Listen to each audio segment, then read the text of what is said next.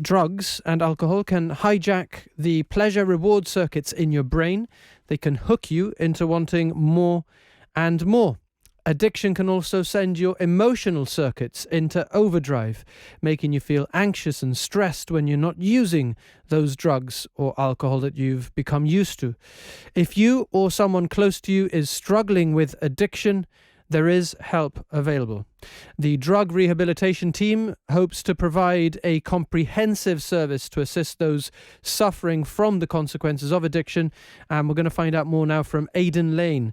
Good afternoon, Aiden. Hello, Jonathan. Hello. Thank you for having me again. Lovely to have you. We've spoken to you recently about tobacco addiction. Mm-hmm.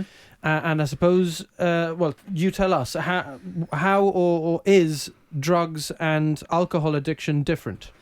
Well, addiction is an addiction. There's several. It's a multifaceted sort of disorder. It's a disease, and it's a disorder as well, classified as a biopsychosocial disorder. But it's very versatile, and that's the thing with addiction. And it knows no borders. It doesn't care about your socio-political ideologies. It doesn't care where you come from, and it's an issue which is out there, and we do need quite a bit of help. And you said it's biological? It's a biopsychosocial, so there's more than one psychological aspect. Yeah, there's a social aspect and there's as a well. social aspect, of course. And when we combine that, that's in a nutshell what addiction is. And like you rightly said, right now, it affects the midbrain, the emotional center. So you can imagine, which is why it's so difficult to overcome addiction, and why there's such a big, confusion sometimes when it comes to the behavior, because the symptoms of addiction, unfortunately for this disorder, comes out in behaviors. And there's many other addictive behaviors as well, which we're seeing more and more lately. So yeah. Difficult, but possible to deal with. Difficult, it can be very challenging. Possible, very possible, yes. With the right support network. This is why it's the social environment, and the work that we're doing now also with Bruce's Farm, and the work we're doing with the PCC, with the DARS clinic, it's very important. The right support system, that is vital.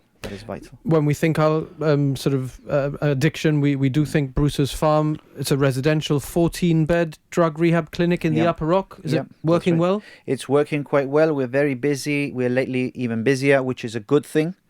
We're now collaborating with the GHA. That's where I've come in recently. We're working with Dr. Mark Lopez, who's just started working. He's a fantastic guy.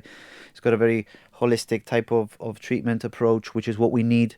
I work alongside many other nurse-led clinics, which we're doing now, which, anybody who's got any issues, problems, wants to know more, they can get in contact with us through the PCC. And we run the clinics on the Wednesdays, and I run other clinics alongside as well, and we discuss the criteria and what type of assistance you're going to need, because it's important. That would be like a first point of call for somebody? Yeah, that's one. You can do it through there, or you can also do it through the 48444, and it's a self-referral process. So any person who wants to, is willing and keen, they can do a self-referral, and we review on an MDT meeting every day. And then we triage the person, we call them back, we see them in clinic, if they need detox, what are their personal needs, because what we do is we also do a care plan for them. And that's the first process. And then we also have, Jonathan, quite a lot of work that we're doing in the community.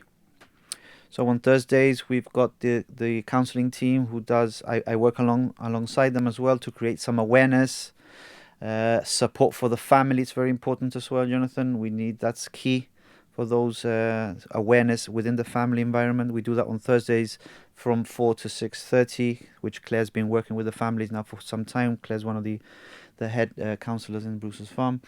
We've got aftercare services as well on the Wednesdays. We've got relapse prevention, freedom program.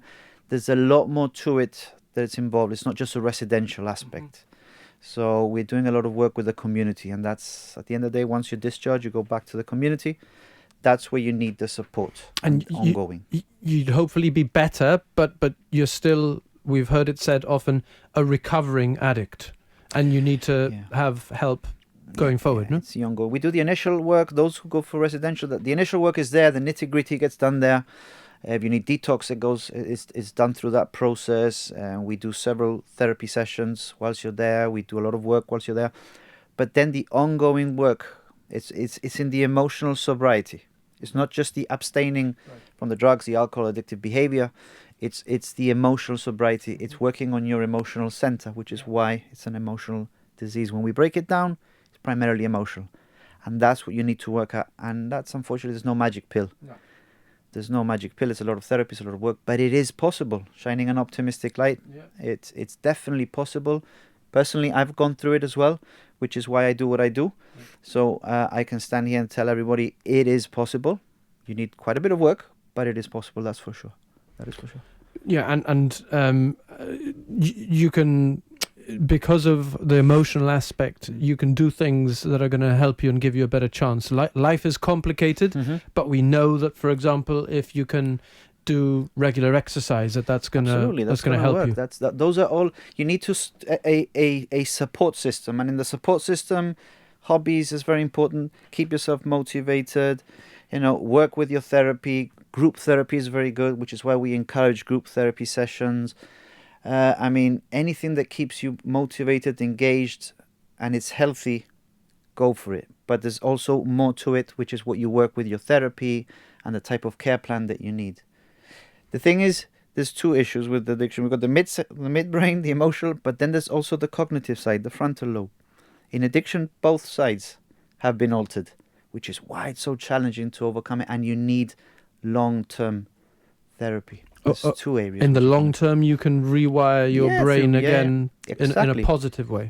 Yeah, it's through brain plasticity. Science has given us the capacity to understand brain plasticity, and it changes. Yes, it takes a while. It can take anywhere from 6 months to a year to more, but it is possible. And I'm doing a lot of work now with Claire on Thursdays for anybody who wants to go in the family center.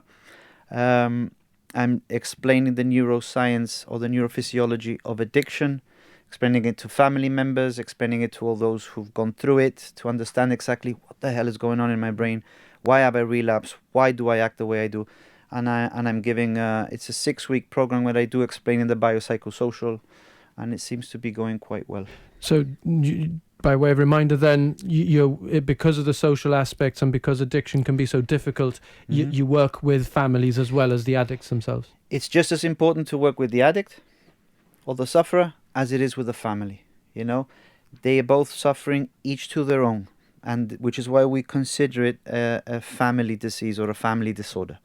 It's vital for the family to work alongside the person who's suffering, and the person that's suffering to work alongside the family, for there to be proper healing.